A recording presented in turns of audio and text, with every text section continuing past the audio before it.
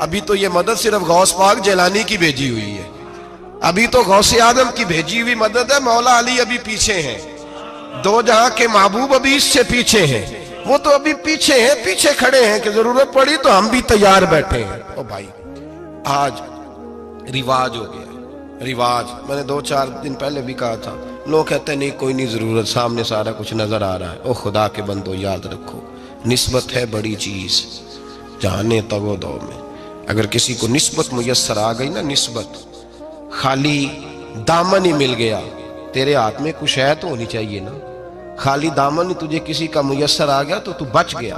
اپنی نسبتوں کی حفاظت کریں، ان کو مضبوط کریں، ان پر محنت کریں، ان پر توجہ رکھیں۔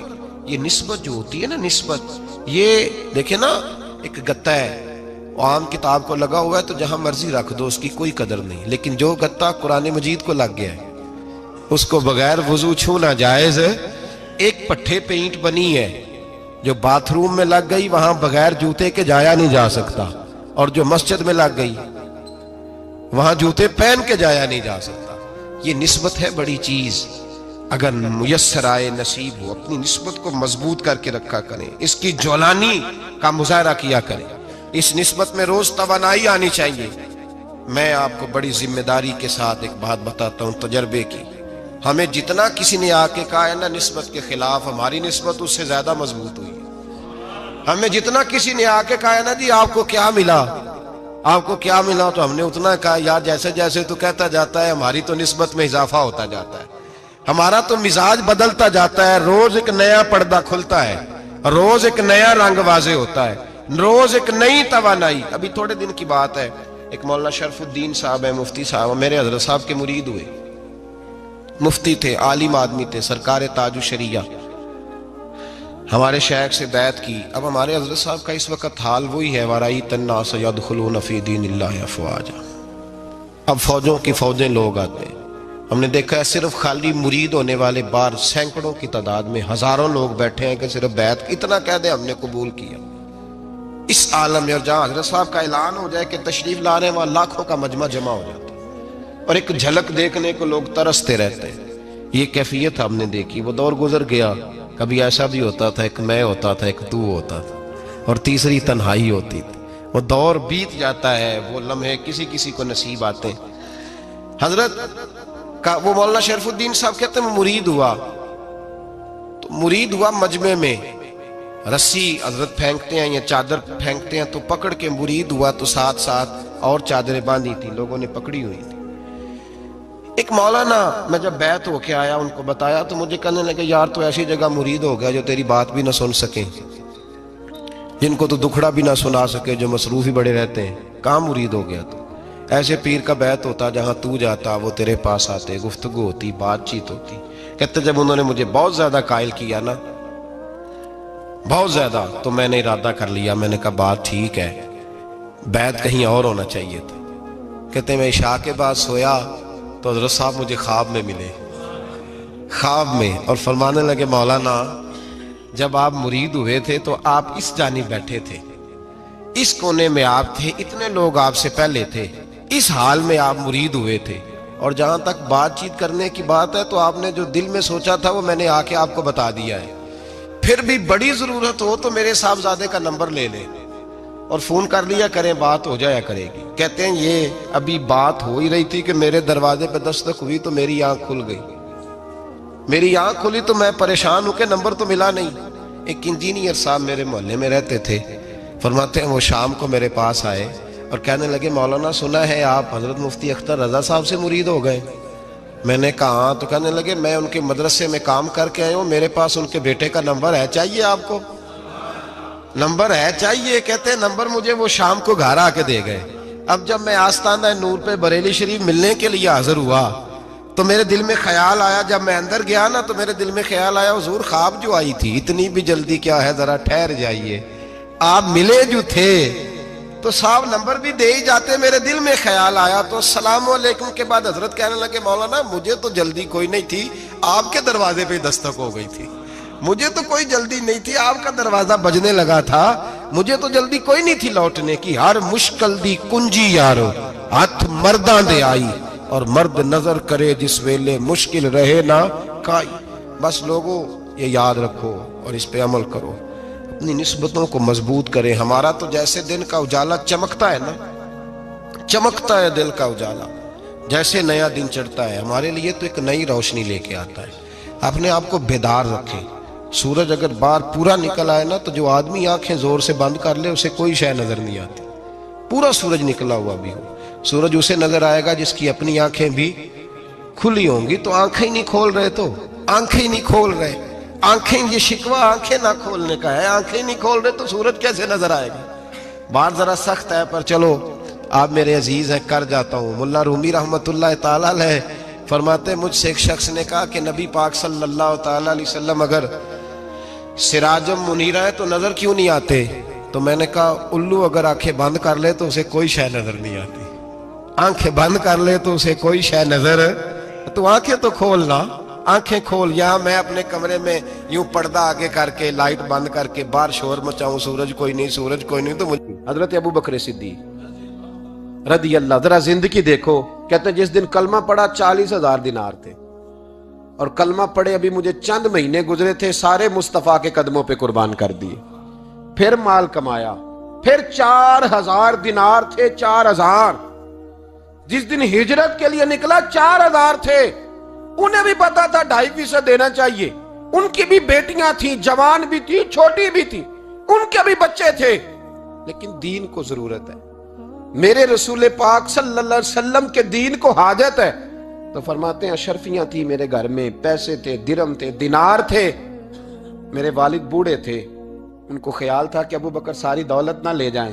تو حضرت اسماء بنت ابی بکر سے جناب ابو بکر صدیق نے کہا کہ اس طرح کرنا، ایک گڑا چھوٹا سا تھا، گڑا ٹویا، اس میں پیسے ہوتے تھے. فرمایا اس میں روڑے رکھ دینا، اوپر ٹاٹ ڈال دینا. والد نابینا ہے، اگر پوچھے نا پیسے تو ان کا وہاں ہاتھ لگا دینا، انہیں پتا چلے ابو بکر سارا مال لے کے نہیں گیا. فرماتے میں ہجرت پہ جانے لگا تو 4,000 سارے لے گیا. سارا مال ہی یار، یا 2.5% کے لیے رٹا پڑا ہوا ہے. 2.5% کے لیے لوگ بحث کر رہے ہیں، 2.5% کے لیے دلائل چاہیے. کئی مفتیان کرام سے پوچھیں گے، پھر پروگرام بنائیں گے دینا ہے کہ نہیں دینا. اور جس دن تبوک کے لیے میرے مصطفیٰ کریم نے اعلان کیا، جناب صدیق اکبر فرماتے ہیں شے کوئی نہیں تھی، غربت کے دن تھے، کمزوریاں تھی، مال اس دن، کاروباری حالات کم تھے. یہاں لوگوں کا کاروبار جب ڈاؤن ہوتا ہے تو سب سے پہلے مسجد کا 200 بند کرتے ہیں، سب سے پہلے مدرسے کا بند کرتے ہیں، سب سے پہلے خواہش کرتے ہیں کہ وہ جو غریب کو جاتا ہے نا اس کو بند کرو، یہ زیادہ نقصان دے رہا ہے. حضرت ابو بکر صدیق رضی اللہ تعالیٰ عنہ فرماتے ہیں حالات خراب تھے، جیب دیکھی تو اتنے پیسے ہی نہیں تھے کہ مصطفیٰ کریم کو پیش کر سکوں. تو پھر کیا کیا؟ امام جلال الدین سیوطی کہتے ہیں ابو بکر صدیق نے نا گھر کے اندر کپڑا بچھایا، اور پھر صدیق اکبر نے کیا کیا کہ توا بھی رکھا، برتن بھی رکھے، اس پہ چولہا بھی رکھا. ابو بکر صدیق نے اس کے اوپر گھر والوں سے کہا کہ ایک جوڑا پہن لو، ادھر دیکھو میری طرف، ایک جوڑا پہن لو، اور باقی نا سارے جوڑے بھی یہاں رکھو. اور پھر جب لوگ بچوں نے دیکھا نا کہ ابا تو کپڑے بھی رکھوا رہا ہے، کیا بنے گا؟ فرمایا تمہیں تو ایک جوڑے کی اجازت دے رہا ہوں نا، ذرا میری طرف دیکھو. خود اندر گئے تو ٹاٹ کا لباس پہن کے کپڑے بھی اتار کے رکھ دیے، کپڑے بھی اتار کے زمین اسی میں رکھے، سارا کچھ باندھا. لباس ٹاٹ کا تن تندور تے ہڈاں دا بالن تے اسی ہاواں نال تپایا، کپ کپ مکیاں پیڑے کیتے، اتوں عشق پلے تھل لایا، تن دا سالن من دی ہانڈی لون صبر دا پایا. غلام فریدہ وے میں ساری تیری، تینوں وجہ یقین نہیں آیا. ہر چیز لپیٹ کے نا تو نبی کریم کی بارگاہ میں لے گئے، ہر چیز. میرے محبوب کا بھی انداز دیکھو، فرمایا ماں اب کہتا لے اہلے کا، گھر بھی کچھ چھوڑ کے آئے ہو. دیکھیں ادھر دیکھیں، جب کوئی لاتا تھا تو حضور فرماتے تھے کیا لے کے آئے ہو، یہ کیا ہے؟ یہ پوچھا جاتا ہے کہ یہ پوچھا جاتا ہے گھر کیا ہے؟ بھئی آپ کو کسی نے کوئی تحفہ دیا تو شاپر کھول کے تحفہ دیکھیں گے یا پوچھیں گے گھر کیا ہے؟ لیکن میرے رسول پاک کے لفظ دیکھیں، فرمایا ماں اب کہتا لے اہلے کا. ابو بکر سجنا گھر کیا چھوڑ کے آئے ہو؟ تو رو پڑے، کہنے لگے یا رسول اللہ میں کوئی غریب تو نہیں، میں بڑا مالدار. اب کہتا لہم اللہ و رسول، گھر اللہ بھی چھوڑ آیا ہوں، اللہ کا رسول بھی چھوڑ آیا. حضور میں کوئی کنگال نہیں، میں مصطفیٰ والا ہوں، میں کوئی غریب نہیں، میں نبی والا ہوں.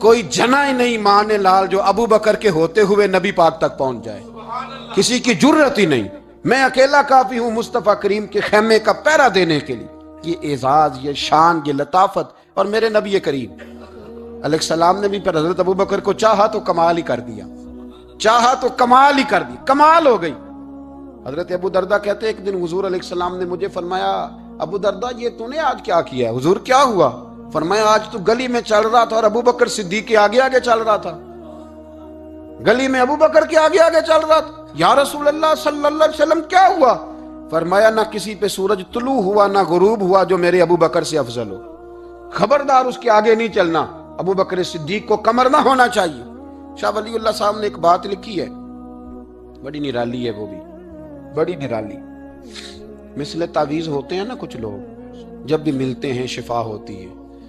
بڑی شاندار عجیب بات لکھی ہے۔ حضور صلی اللہ علیہ وسلم نے ایک دن فرمایا کہ وقفے سے ملا کرو محبت بڑھتی ہے، یہ حضور کا فرمان ہے، وقفے سے ملا کرو محبت بڑھتی ہے، قدر کھو دے۔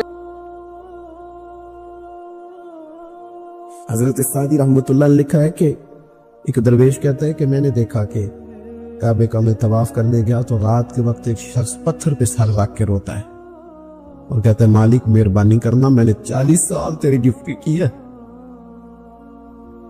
میں نے کو 2-4 دن کی قبول کر لینا، میں نے 40 سال تیری نوکری کی، قبول فرما لینا، قیامت میں رسوا نہ کرنا۔ وہ شخص کہتے ہیں، بزرگ کہتے ہیں میں سمجھا کو بڑا گناہگار ہے، تو میں جا کے اسے تسلی دیتا ہوں، میں کہتا ہوں کوئی نہیں فکر نہ کر، اللہ بڑا کریم ہے، وہ بڑا گناہگار ہے، رو رہا ہے۔ کہتے ہیں جب میں قریب گیا اور میرے قدموں کی آہٹ اس بزرگ کے کانوں تک گئی اور انہوں نے سر اٹھایا تو میں تو تڑپ گیا، یہ تو بغداد کے پیر غوث اعظم جیلانی ہے۔ کہا میں نے 40 سال کی ہے تیری ڈیوٹی، تیرے دین کی نوکری، وہ 2-4 دن کی، چل زیادہ نہیں، تو اسے قبول کر لینا تاکہ بات بن جائے۔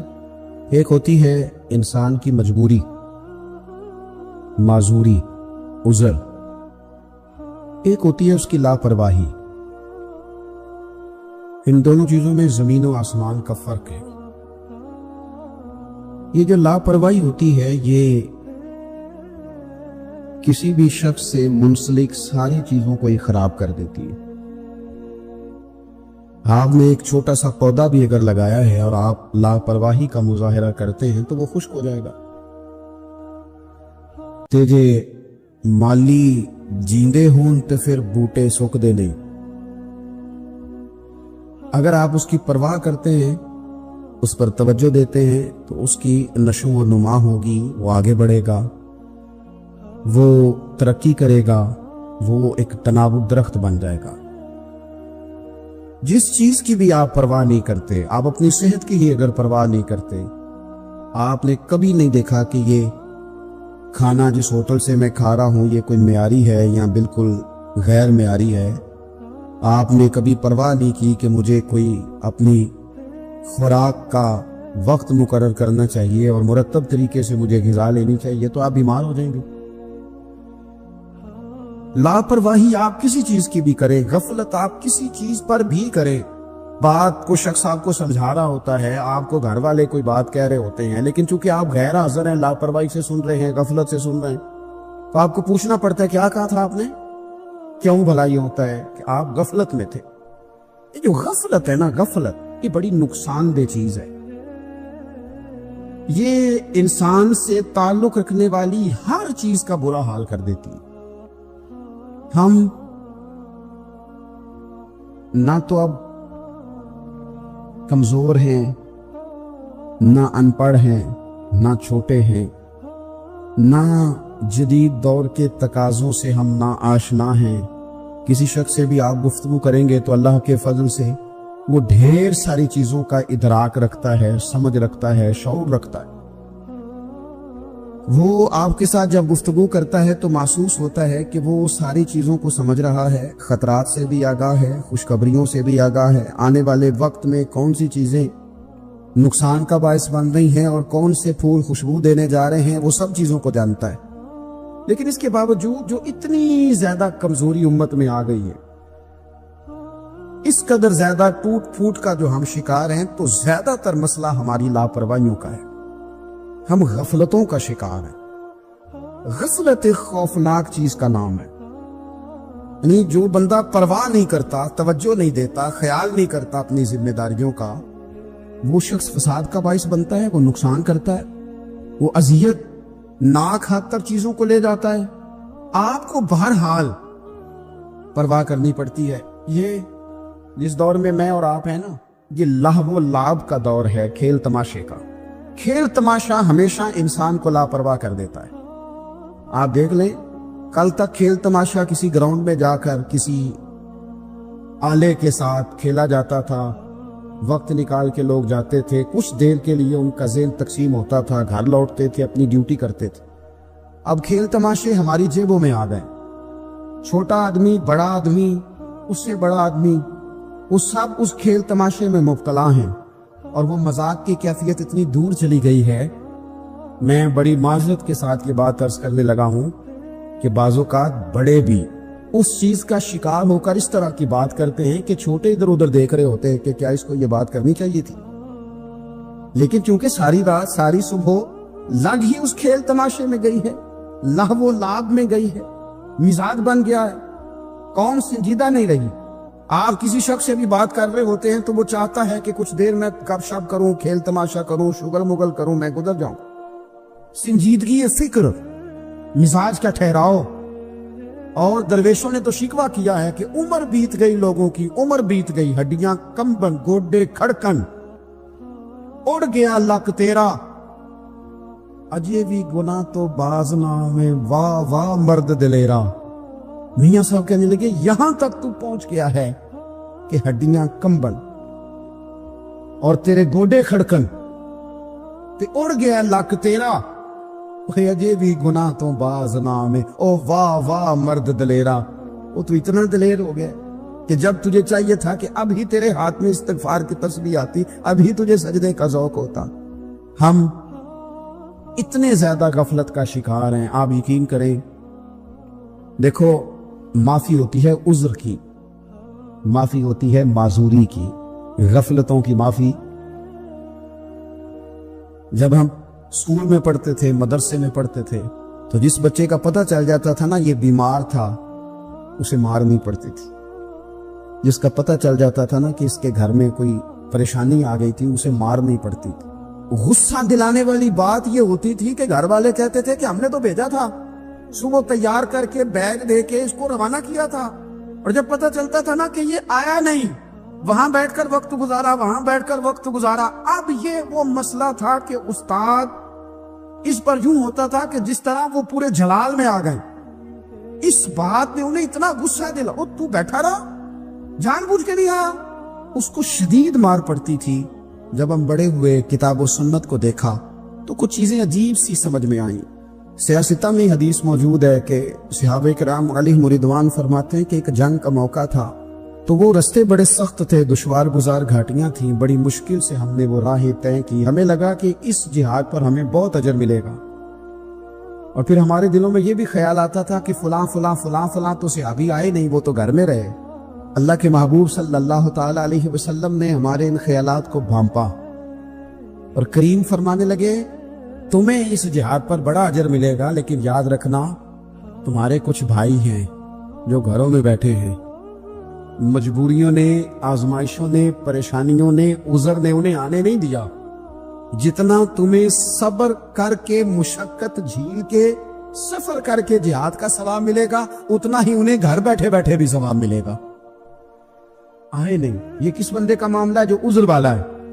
اور اگر کسی کے اجتہاد میں غفلت ہو گئی، حضرت کعب بن مالک رضی اللہ تعالی، یہ بھی صحیح بخاری میں، کل چلا جاؤں گا، حضور تو جہاد پہ چلے گئے لیکن اجتہاد میں غفلت ہو گئی، کل چلا جاؤں گا، پرسوں جاؤں گا، ترسوں، فرماتے میں جا ہی نہیں سکا، حضور واپس آ گئے. جن منافقوں نے جھوٹ بولے جا کے کہ یہ مسئلہ ہو گیا تھا، یہ مسئلہ ہو گیا تھا، ان کو تو مل گئی معافی، لیکن میں کیونکہ مخلصین میں سے تھا خدا کے فضل سے، اور ہو گئی تھی غفلت. 50 دن نبی کریم مجھ سے ناراض رہے. 50 دن اللہ کے لیے، تو رب کے راستے میں جہاد کرنے نہیں آیا. 50 دن حضور ناراض رہے. فرماتے تھے مدینے کی گلیاں میری تھیں، سب میرے اپنے تھے، پر کریم جو ناراض تھے تو کوئی پھر سلام بھی نہیں لیتا تھا. مجھے یوں لگتا تھا کہ مجھے دیکھ کر ہوائیں اور فضائیں بھی رستے بدل جاتی ہیں. 50 دن میں مسجد میں آتا تھا. جب میں چہرہ ادھر کرتا تو حضور مجھے دیکھتے, اور جب میں حضور کو دیکھتا تو کریم چہرہ بدل لیتے. میں ویکھاں تے یار نہ ویکھے, تے جدوں نہ ویکھاں ادوں ویکھے. ایڈے نصیب کتھوں تکڑی دے, میرے وچ ویکھن دے ویکھے. غلام فریدہ بوئے یار دے مرنا ہے, پاویں ویکھے یا نہ ویکھے. ختم ہو گئی بات.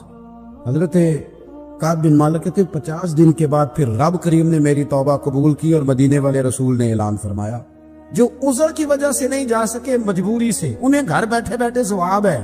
لیکن جن کے اجتہاد میں غفلت ہوئی, سمجھنے میں غفلت ہوئی, کل پرسوں ترسوں چلے جائیں گے, ان سے 50 دنوں کی ناراضگی ہے. کتنے لوگ ہیں جن کی فجر گزر جاتی ہے بستر پہ, زور گزر جاتی ہے پھٹے پہ گپوں میں, عصر گزر جاتی ہے چائے پینے میں, مغرب اور عشاء موبائل پہ لیٹے لیٹے بیت جاتی ہے. اور ان سے آپ گفتگو کریں تو وہ دانشور ہیں, آپ بات کریں تو پنچایت ختم کرنے والے لوگ ہیں, آپ ان سے بات کریں تو وہ عالمی سیاست پر نظر رکھتے ہیں, آپ گفتگو کریں تو شعور کی اعلیٰ گتھیاں سلجھاتے نظر آتے ہیں. خدا مجھے ایسی خدائی نہ دے کہ اپنے سوا کچھ دکھائی نہ دے. یہ غفلتیں ہیں, یہ شورش ہے, یہ اپنے منہ سے خود میاں مٹھو بننا ہے. اس غفلت کو تھوڑا سا توڑا جائے, ورنہ زنگ لگ جاتا ہے صلاحیتوں کو. جو لوگ تھوڑے دن موٹر سائیکل نہیں نہ چلاتے, ان کے لیے مشکل ہو جاتا ہے پھر اس کو سٹارٹ کرنا بھی. ہمارے استاد کہا کرتے تھے جو لوگ پڑھاتے نہیں انہیں کتابیں بھولنے لگ جاتی ہیں. جو لوگ کوئی کام کرتے نہیں پھر وہ آہستہ آہستہ وہ زنگ آلود ہو جاتا ہے. وہ کہتے ہیں اب نہیں ہو سکتا تم سے, اب مشکل ہے. سجنوں, دوستوں, بزرگوں, بھائیوں, جو لوگ شروع میں عبادتوں کے عادی نہیں ہوتے, وقت ضائع کرتے ہیں, بڑھاپے میں دل کرتا ہے توبہ ہو جائے, لیکن اپنے ماتھے کو سجدے کی عادت ہی نہیں ڈالی. یہ جسم جھکنا اس کا عادی نہیں ہوا کہ رب کی بارگاہ میں جھکے, اس کا مزاج ہی نہیں تہجد پڑھنے کا. سارا کچھ ہو جاتا ہے. میں نے سیاست کرنے والے, پنچایت ختم کرنے والے, چودراہٹ کرنے والے, وزاداری رکھنے والے راتوں کو تہجد پڑھتے بھی دیکھے. میں نے قرآن پاک سے پیار کرتے دیکھے. میں گواہ ہوں بہت سارے لوگوں کا. یہ کام ہو جاتا ہے. شرط یہ ہے کہ بندہ اپنی غفلت کی پٹی تھوڑی دیر کے لیے کھولے. دوسری بات یہ کہ ہم خوش فہمیوں میں بڑا زندہ ہیں, بڑا زندہ ہے, بڑا اوہو, یعنی 2 4 5. کچھ لوگ کہتے ہیں اللہ کریم بڑا ہے. اللہ اگر کریم بڑا ہے نا میرے بھائی, تو نبی پاک صلی اللہ علیہ وسلم نے فرمایا وہ بڑا بیوقوف ہے جو خدا کی رحمت کی امید بھی رکھے اور اللہ کو ناراض بھی کرے. تو بیوقوف بندہ ہے. اگر وہ کریم ہے تو پھر تو محبت میں ہی اس کی بات مان, بات تو پھر بھی نہیں مان رہا. کچھ لوگ کہتے ہیں نبی پاک صلی اللہ تعالیٰ علیہ وآلہ وسلم شفاعت کریں گے. بھئی ہمارا تو سہارا ہی اس بات پہ ہے, حضور سفارش کریں گے. پر نبی پاک نے درجنوں جگہوں کہا ہے جو میرے طریقے پہ نہ چلے فلیس منا, مجھ سے نہیں. حضور نے فرمایا جو بڑے کی توقیر نہ کرے, چھوٹے پہ وہم نہ کرے, وہ مجھ سے نہیں. فرمایا جو ملاوٹ کرے وہ ہم میں سے. تو یہ حدیثیں بھی تو یاد رکھو نا. شفاعت کی بات انکار نہیں, حضور گناہگاروں کی ہی کریں گے. لیکن یہ حضور نے جو ہمیں اسباب پڑھائے یہ کس لیے پڑھائے؟ یہ بھی تو ہماری سمجھ کے لیے ہے نا. یہ ساری چیزیں ہم نے غفلت بنا کے اپنے اوپر اوڑھ لی. اور پھر سب سے بڑی بات یہ, جو لوگ جنت کے وارث اور مالک ہیں نا, کریم محبوب نے فرمایا یہ جو میری بیٹی فاطمہ ہے جنتی عورتوں کی سردار ہے. تو یہ تو جنت کی مالکہ اور وارثہ ہیں. وہ تو ساری رات ہی نماز پڑھتی تھی, تو سارا دن عبادت کرتی تھی. پاک سب سے زیادہ تو ان کو تھا, تو یہ تو 1 منٹ کے لیے مصلی سے جدا نہیں ہوئے. اور جنہوں نے صرف امید لگائی ہے, کوئی ان کے پاس ڈگری نہیں, وہ بن کے بیٹھ گئے ہیں. وہ کہتے ہیں جناب جنت مطلب ہم جسے کہیں گے معاذ اللہ وہ جائے گا, دوسرے کو جانے دیتے ہیں. اپنی زندگی میں خوش فہمیاں نہ لائیں, یہ غفلت پیدا کرتی ہیں. غفلت بڑی خطرناک چیز کا نام ہے. جب بندہ غافل ہو جاتا, میں آپ سے ایک بات عرض کروں, حضرت عبداللہ ابن مسعود فرماتے ہیں کہ مومن رائی کے دانے کے برابر غلطی ہو جائے تو اسے لگتا ہے میرے سر پہ پہاڑ کھڑا ہے. اور فرمایا جو منافق ہوتا ہے نا, وہ پہاڑ کے برابر گناہ کر کے کہتا ہے بات ہی کوئی نہیں, فلانا بھی کرتا ہے, یہ بھی کرتا ہے, ساری دنیا کر رہی. یہ نفاق کی علامت ہے. اگرچہ بعض نے اسے نفاق عملی کہا، اعتقادی نہیں کہا۔ عزیز دوست، جب آپ چھوٹی گناہ چھوٹی غلطی کرتے ہیں تو پھر وہ چھوٹی چھوٹی غلطیاں پہاڑ بنتی ہیں، چھوٹی چھوٹی۔ وہ حضور نے فرمایا نا، جب تو ایک گناہ کرتا ہے تو تیرے دل پہ ایک دھبا لگتا ہے، نہ توبہ کرے تو دوسرا لگتا ہے، نہ کرے تو تیسرا، پھر دل کالا سیاہ ہو جاتا ہے۔ چھوٹی چھوٹی غفلتیں بڑی غفلتوں کو جنم دیتی ہیں، چھوٹی چھوٹی کمزوریاں بڑی کمزوریوں کو لے کے آتی ہیں۔ اسی طرح بخاری مسلم میں حدیث ہے، نبی پاک صلی اللہ تعالی علیہ وسلم نے فرمایا کچھ لوگ کھلم کھلا گناہ کریں گے قیامت کے قریب۔ اعلانیہ، یا رسول اللہ صلی اللہ علیہ وسلم، وہ کس طرح؟ تو حضور فرماتے انہوں نے رات کو غلطی کی تھی، رب نے ان کی غلطی پر پردہ ڈال دیا، انہوں نے سویرے اٹھ کے خود لوگوں کو بتانا شروع کیا، اور دیکھا میں نے رات یہ کیا، معاذ اللہ۔ فرمایا جب انہوں نے اللہ کے پردے کو کھولا تو پھر رب نے بھی ان کا پردہ کھول دیا۔ او میرے دوستو، بتاؤ نا، جس کے رب پردے کھول دے پھر کون ہے جو اس کی پردہ داری کرے؟ کون ہے جو پردہ پوشی کرے؟ حضور فرماتے اس نے کلم کلا گناہ، فخر سے بتاتے ہیں لوگ یہ کرتا۔ میں بڑے ادب سے عرض کروں گا بزرگوں کی خدمت میں جو بڑی عمر کے ہیں، جن کی اب اولادیں ہیں، اگر ان کی زندگی میں کچھ ایسی کمزوریاں ہیں تو بچوں کو سمجھانے کے لیے بھی اس کو ڈسکس نہ کریں۔ ہم یہ کرتے تھے، ہم یہ کرتے تھے، اس کا کوئی فائدہ نہیں، یہ کر کے دیکھا ہے سارا کچھ۔ نا نا نا نا، جس طرح گناہ ہے اس طرح گناہ کا اظہار بھی گناہ ہے۔ آپ ڈبل جرم کر رہے ہیں، آپ دلیر کر رہے ہیں سامنے والے کو کہ تو بھی کر، خیر ہے۔ بلکہ ایک نوجوان مجھے ایک دفعہ کہنے لگا تھی، ابا جی کہتے ہیں میں نے 35 سال یہ کام کیا ہے، یہ سب غلط ہے۔ تو میں نے ابا جی سے کہا چلو 15 سال مجھے بھی کر لینے دو، پھر میں بھی توبہ کر لوں گا۔ یہ ہم لوگوں کو دعوت دے رہے ہیں کہ غلط کام کر۔ قرآن مجید کو آپ دیکھیں گے نا، سورہ یاسین کے اندر یہ بھلا کفر کیوں ہوتا تھا، منافقت کیسے پیدا ہوتی تھی، بت پرستی کیسے عام ہوتی تھی، دنیا کے اندر ستارہ پرست، سورج پرست، چاند کی پوجا کرنے والے یہ لوگ کیسے پیدا ہوتے تھے؟ غفلت کی وجہ سے۔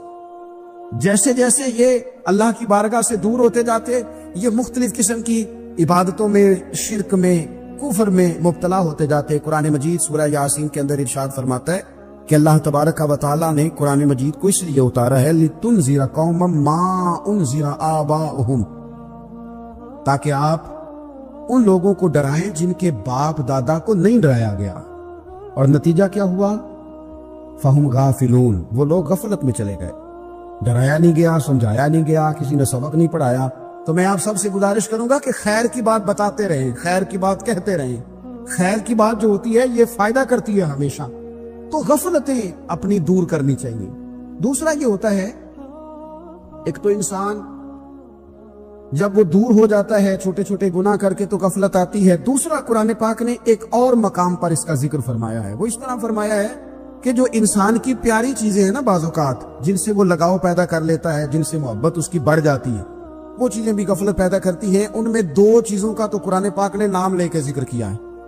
ویسے وہ ڈھیر ساری چیزیں ہیں، 1 2 3 نہیں۔ سیاست بھی بندے کو غافل کرتی ہے، دوستوں کی کثرت بھی بندے کو غافل کرتی ہے، کھیل تماشا بھی غافل کرتا ہے، پیسے زیادہ آنے لگ جائیں تو وہ بھی بندے کو غافل کرتے ہیں، تعریف کرنے والے زیادہ ہو جائیں تو وہ بھی غفلت میں مبتلا کر دیتے ہیں۔ بندہ کسی کرسی پہ بیٹھ جائے تو پھر بھی ادھر ادھر دیکھنے کو تیار نہیں ہوتا۔ یہ ساری چیزیں غافل کرتی ہیں، لیکن 2 چیزوں کا نام لیا قرآن پاک نے، فرمایا یا ایھا الذین آمنوا لا تلھکم اموالکم ولا اولادکم عن ذکر اللہ۔ فرمایا اے ایمان والو، کہیں ایسا نہ ہو کہ تمہاری اولاد اور تمہارا مال تمہیں اللہ کی یاد سے غافل کر دے۔ مال اور اولاد، بیوی کو، اولاد کو ایک مقام پہ قرآن پاک نے دشمن بھی کہا ہے۔ کب؟ جب یہ تمہیں کہیں کہ حرام کما کے لاؤ، جب یہ تمہیں کہیں کہ ہمیں جس طرح کا مرضی مال دو، جب یہ تمہیں کہیں ناجائز کرو، یہ دشمنی کر رہے ہیں تمہارے ساتھ۔ یہ مال اور اولاد یہ بندے کو غافل کر دیتے ہیں۔ کاروبار کرنا، مال کمانا، بچے پالنا، یہ ایک جزء ہے زندگی کا، یہ کل زندگی نہیں۔ کل زندگی تو یہ ہے کہ آپ نے دین کے لیے کیا کیا، ملت کے لیے کیا کیا، ملک کے لیے کیا کیا، غریب کے لیے کیا کیا۔ کبھی کسی بندے نے جھونپڑیوں والوں سے پوچھا ہے کہ بارشوں میں تمہارا کیا حال ہوتا ہے؟ وہ کچی آبادیاں جہاں سے گزر کے ہم اپنے بچوں کو دکھاتے ہیں کہ یہ دیکھو یہ پرانے مکان سارے اسی طرح کے ہوتے تھے۔ کبھی ان لوگوں سے آپ نے پوچھا ہے جو ساری رات چھتوں کے نیچے بالٹیاں رکھ کے وقت گزارتے ہیں کہ چھت ٹپکتی ہے؟ ان سے پوچھا ہے کہ رات بچے سو پائے تھے کہ نہیں؟ اچھا جی بارش ہو رہی ہے تو پھر ہم نے کیا کرنا تھا؟ ہم نے گھر والوں کو پکوڑوں کا آرڈر دینا تھا، وہ وقت پہ دیا۔ ہم نے کہا تھا کوکنگ آج اپنی۔ یہ کب ہوتا ہے؟ جب قومیں غافل ہو جاتی ہیں مال میں، مزوں میں، اپنی ذاتی زندگی کے پیچ و تاب میں۔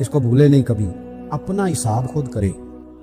جس طرح ہم پیسے سارے دوستوں کے ساتھ ساری چیزیں ٹھیک ہیں, لیکن اگر ذاتی پیسے گننے ہوں تو وہ اندر سے لوگ دروازہ بند کر کے اپنے بال بچوں کے ساتھ گنتے ہیں. ان میں لوگوں کی شراکت داری پسند نہیں کرتے, چونکہ ذاتی مسئلہ ہے. ٹھیک ہے بات بھائی, کسی کا ذاتی مسئلہ ہے, وہ ٹھیک کر رہا ہے جو بھی کر رہا ہے. اس طرح جو ہمارے ذاتی معاملات ہیں نا, روحانی معاملات, اپنی نمازوں کا حساب کرے, اپنی گفتگو کا حساب کرے, اپنی سوچوں کا حساب کرے. حلال کھا رہے ہیں, حرام کھا رہے ہیں, خود حساب کریں. اکیلے بیٹھ کے حساب کریں. جان چھڑائیں تھوڑی دیر موبائل سے, تنہا بیٹھ کے تھوڑی دیر مراقبہ کریں. خدا کی نعمت کتنی ہے, جواب میں شکر ہمارا کتنا, اس کا حساب کریں. اپنا حساب کریں. اور حضرت عمر فاروق کا وہ جملہ یاد رکھیں, فرمایا کرتے تھے اپنا حساب کر لو اس سے پہلے کہ تمہارا حساب کیا جائے. یہ نہ ہو کہ پھر رب رسول حساب کریں اور تمہارے لیے مشکل ہو جائے. اپنا حساب کریں. زندگی کے معاملات میں جتنی غفلتیں ہیں, وہ مطلب میرے ابا جی کہا کرتے تھے پتر چھال مار کے نکلو بسترے سے, تو وہ تھوڑا سا نا ایک دفعہ چھلانگ لگا کے باہر آئے. اور پہلا قطرہ ہی بننا ہوتا ہے بارش کا, اور کچھ بھی نہیں ہوتا. پہلا قطرہ بن جائیں, نکل آئیں, توڑ دیں وہ سارے بت جو ہمیں غفلت میں مبتلا کرتے ہیں. زندگی میں فیصلے جلدی کر لینے چاہیے. ہم فیصلے نہیں کر پاتے اور ٹائم ہمارے جانے کا آ جاتا ہے. وقت, وہ ایک نوجوان ایک دفعہ لکھا تھا کہ میں نے اپنے گھر والوں سے کہا کہ اب میں نے داڑھی رکھنی ہے اور کچھ میں نے عبادات کی طرف سفر کرنا ہے. تو میری والدہ کہنے لگی کہ پتر اجے ٹائم نہیں. تو کہتے ہیں میری اماں اسکول ٹیچر تھی, پڑھی لکھی تھی. میں نے کاغذ قلم لا کے والدہ کو دیا. میں نے کہا اماں مجھے آپ وہ ٹائم بتا دیں جو نیک ہونے کا ہے, میں پھر اس ٹائم بھی شروع کر لوں گا. تو کہتے ہیں میری اماں نے کاغذ قلم دیکھا اور میرا اندر کا جذبہ دیکھا تو ماں تھی نہ روئی پڑی. کہنے لگی پتر رکھ تو, میں تیرے لیے دعا کروں گی, اللہ تیری مدد کرے گا. تو ٹائم تو آ گیا ہے, وقت تو قریب ہے. اللہ فرماتے ہیں اقترب للناس حسابهم وهم فی غفلۃ معرضون. بس اس آیت کا ترجمہ کبھی نہ بھولنا. رب فرماتا ہے لوگوں کے حساب کا وقت قریب آ گیا ہے اور وہ ابھی بھی غفلت میں منہ پھیرے ہوئے. ٹائم تو حساب کا آ گیا. ہڈیاں کمبن تے گوڈے کھڑکن تے اڑ گیا لک تیرا, اجے بھی گناہ تو باز نام ہے, واہ واہ مرد دلیرا. ایک صحابی کہتے ہیں مجھے اکثر یہ حضور کا فرمان سنتا تو میرے دل میں خیال آتا آخر اللہ کس طرح برکت دیتا, اللہ آخر اللہ کس طرح سے نوازتا ہے, رنگ کیا ہے. کہتے میں یہ بات سوچ کے نا مجھے قضائے حاجت کی حاجت ہوئی. پخانہ پیشاب کے لیے میں نکلا تو ایک جگہ دور جا کے میں بیٹھا کھیتوں میں, دور جا کے. کہتے میں پیشاب کر رہا تھا تو ایک چوہا اپنے بل سے نکلا اور ایک ہیرا میرے پاس رکھ گیا. میں پیشاب کر رہا ہوں. کہتے پھر گیا اندر تو ایک ہیرا اور رکھ گیا, پھر گیا تو پھر رکھ گیا, پھر گیا تو پھر رکھ گیا. کہتے 15 ہیرے چھوڑ گیا. اب میں فارغ ہوا, وہ ہیرے اٹھائے گھر نہیں لے کے گیا, مسجد نبوی میں گیا کہ حضور سے پوچھوں میرے لیے جائز بھی ہے کہ نہیں. بلوں سے نکل رہے ہیں, بلوں سے پیسے نکل رہے ہیں, ہمارے سارے بلوں میں ہی چلے جاتے ہیں. بلوں سے پیسے آ رہے ہیں, سیاپا کو برکت دیکھیں عبادت, بلوں سے پیسے آ رہے ہیں. پھر سے فرماتے ہیں میں وہ ہیرے اٹھائے تو در رسول پہ جب میں نے پہلا قدم رکھا نا مسجد نبوی میں, تو مجھے بتانا نہیں پڑا, میرے مصطفیٰ نے میرا چہرہ دیکھا اور مسکرا کے فرمایا پتا چلا ہے اللہ کس طرح نوازتا ہے, خبر رہی ہے اللہ کس طرح نوازتا ہے. فرمایا رب کی بارگاہ میں جھکے رہو, وہ تمہیں وہاں سے دے گا تمہارا گمان بھی نہیں گیا ہو. اس کے حضور تو آؤ, اس کی جانب تو توجہ کرو. بندگی کی اپنی ایک لذت ہے, سجدے کا اپنا ایک ذائقہ ہے. اگر آپ نبی کریم سید عالم صلی اللہ تعالی علیہ وسلم کی عبادات کو ملاحظہ کریں نا تو سرکار کی زندگی میں کثرت ہے عبادت.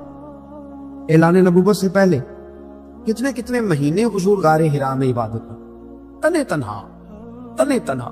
ہر میں کعبہ قریب تھا لیکن وہاں رش ہوتا تھا, لوگ ہوتے تھے. فرمایا میں اکیلے میں اپنے رب کو منانا چاہتا. کتنے کتنے ایام حضور غار حرا میں عبادت کرتے. پھر صحابہ کرام علیہم رضوان فرماتے کہ مدینہ منورہ میں حضور کا یہ رنگ ہوتا, اتنے لمبے سجدے کرتے کہ لگتا روح مبارک کی پرواز کرتے, اتنے لمبے سجدے کر. حضرت سیدنا معاذ بن جبل رضی اللہ تعالیٰ عنہ فرماتے 3 دن ہو گئے حضور چلے گئے, مدینے میں نظر ہی نہیں آ رہے. صحابہ پریشان, ابو بکر صدیق, عمر فاروق, عثمان غنی, مولا علی ڈھونڈتے پھرتے. حضور سید عالم صلی اللہ علیہ وسلم کا پتہ نہیں.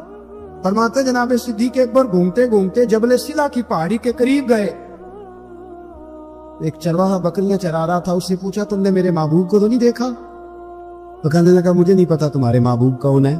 ایک آدمی آج 3 دنوں سے غار پہ رو رہا ہے, اتنی شدت کے ساتھ روتا ہے کہ میری بکریاں جا کے غار کے سامنے بیٹھ, بکریاں بھی روتی ہے, میں بڑا کھینچتا ہوں پر لوٹتی نہیں, رات کو گھر لے کے جاتا ہوں تو جاتی نہیں, سویرے باڑے سے نکالتا ہوں تو دوڑی ہوئی آتا, پھوٹ پھوٹ کے روتی ہے, لیکن حال یہ ہے کہ دودھ پہلے سے بھی زیادہ دیتی ہے. حضرت ابو بکر صدیق کہنے لگے یہی تو میرے رسول پاک علیہ الصلوۃ والسلام کے نبی ہونے کی علامت. اس صحابہ کو بلایا, 3 دن سے حضور سجدے میں. کتنے دنوں سے؟ یہاں سجدہ لمبا ہو جائے تو امام کے پیچھے لوگ بھاگنے لگتے ہیں کہ صاحب آپ تو فارغ ہیں, مجھے تو ڈیوٹی پہ بھی جانا. 3 دن سے حضور سجدے میں, اتنا طویل سجدہ, اتنا طویل. صحابہ کہتے ہیں قدموں میں جا کے لگے امام کو, بس کریں آ جائیں. حضور نے فرمایا رب نے سورہ ہود نازل کر دی ہے, سخت حکم آ گئے. وہ کہتا ہے میں تیری امت سے حساب پوچھوں گا, میں اپنے رب کو منا رہا ہوں. بکر جاؤ مجھے منا لینے دو. حضور نے ہمیں بتلایا ہے کہ رب کو سجدہ کرے تو رب مانتا, اس کو منانے کا طریقہ سجدہ کرنا ہے, جھکنا ہے, عبادت کرنا ہے. کب مانے نہ تو میں آؤں گا. چلو کیسے آپ ایک روایت ایسی بھی ہے کہ جب بات نہ بنی تو حضرت فاطمہ سے عرض کی.